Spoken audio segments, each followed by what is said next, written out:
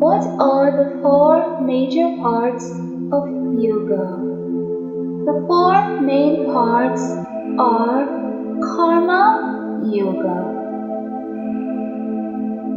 Bhakti Yoga,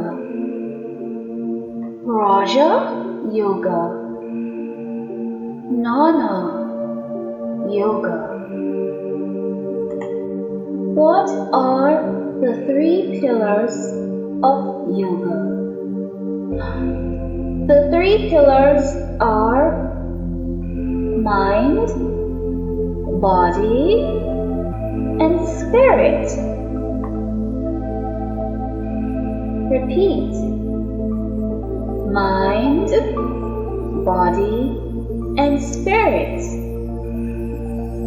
So, the three pillars of yoga are mind, body, spirit.